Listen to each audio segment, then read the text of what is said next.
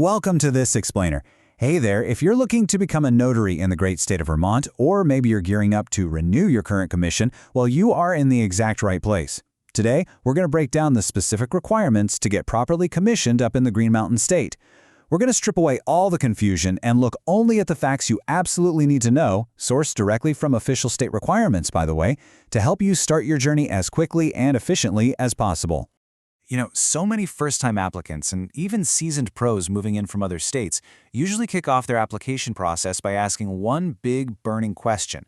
Where in the world do I get my Vermont notary bond? It's a super common question. Why?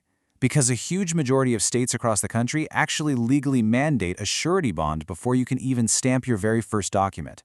So you're probably out there right now searching online, hunting for quotes, and just trying to figure out how much this whole step is going to cost you. Well, let's separate myth from reality right here. Okay, let's dive into this, because the answer is actually incredibly simple and, honestly, probably a huge relief for your wallet. No bond is required. Yep, you heard me right. Vermont is actually one of only 22 states nationwide that does not mandate a notary surety bond as part of the commissioning process. Literally, zero bond required by the state. So you can officially stop searching for a state-mandated bond right this second, because the state simply doesn't ask for one to complete your application. Section 1. What Vermont notaries actually need. Now, what's really interesting here is that once you're successfully commissioned, your Vermont notary term lasts for exactly 4 years. That is a solid 4-year block where you're fully authorized to authenticate documents and facilitate crucial transactions across the state before you ever even have to think about hitting that renewal button. So, how do you actually earn that 4-year term? Well, instead of securing a bond, Vermont notaries just need to focus on a few specific criteria. First off, you'll need to submit a completed notary public application and just pay the standard application fee, which, keep in mind, can occasionally vary. You'll also need to provide clear proof of your Vermont residency and your overall eligibility. Oh, and you've got to demonstrate a clean legal record with no felony convictions. Additionally, while these core requirements stay pretty steady, it is always a good idea to check directly with the licensing authority to see if any specific education or exams are currently mandated for your particular application cycle.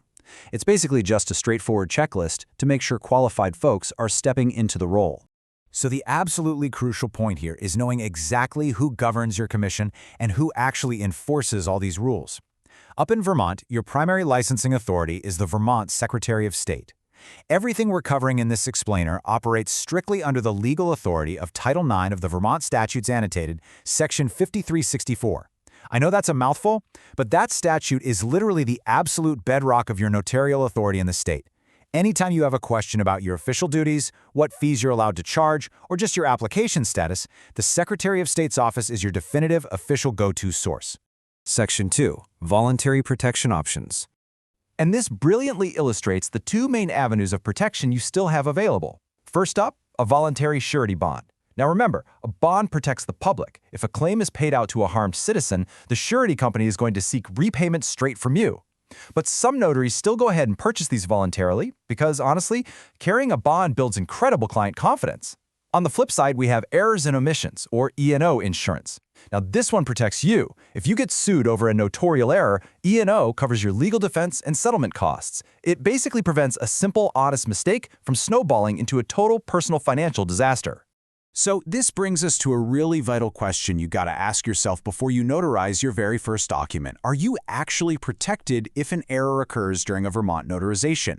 Look, human error happens to the absolute best of us. Whether it's just an honest oversight on a crazy busy day, a missed signature, or even a fraudulent actor actively trying to deceive you with a fake ID, the liability ultimately falls squarely on your shoulders. Without some kind of voluntary protection in place, your personal assets could be at severe risk. It's just a high-stakes reality of the job, and it's something every single commissioned professional really needs to seriously consider. Get your notary surety bond quote in minutes. Apply online, fast approval, all 50 states, by visiting buysuretybonds.com.